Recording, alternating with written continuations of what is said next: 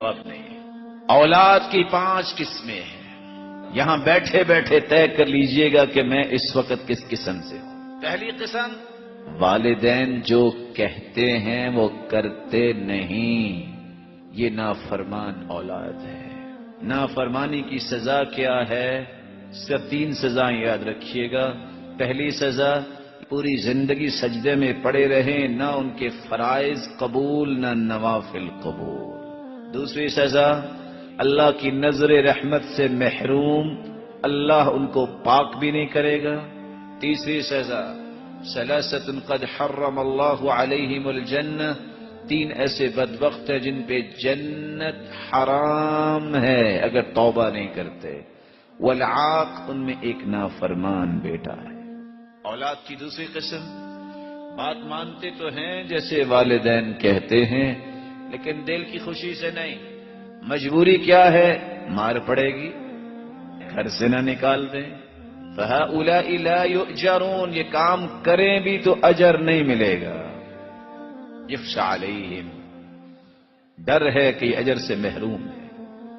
اولاد کی تیسری قسم، کام تو کرتے ہیں ساتھ دکھ بھی دیتے ہیں۔ بات مانی اور ساتھ احسان جتلایا، تکلیف دی، کیا کہا؟ میں نے آپ کی وہ بات نہیں مانی تھی، میں نے آپ کا یہ کام نہیں کیا تھا، اس وقت بھی میں آپ پہ یہ خرچ نہیں کیا تھا۔ فَهَؤُلَاءِ يُعْذَرُونَ، یہ لوگ کام کرنے کے باوجود نیکی نہیں گناہ لیتے۔ اولاد کی چوتھی قسم، جو والدین کہتے ہیں وہ کرتے تو ہیں، دل کی خوشی سے کہتے ہیں الحمدللہ مجھ سے اللہ نے اپنے والدین کا ایک حق تو پورا کروانے کی توفیق دے دی۔ یہ ہیں جن کو اللہ تعالیٰ اجر اور ثواب سے نوازے گا۔ 5ویں اولاد، الذین یفعلون ما یریدہ الوالدین، والدین کہتے نہیں، والدین کی خواہشات ہوتی ہیں نیکی کی، بلندی کی، رفعت کی۔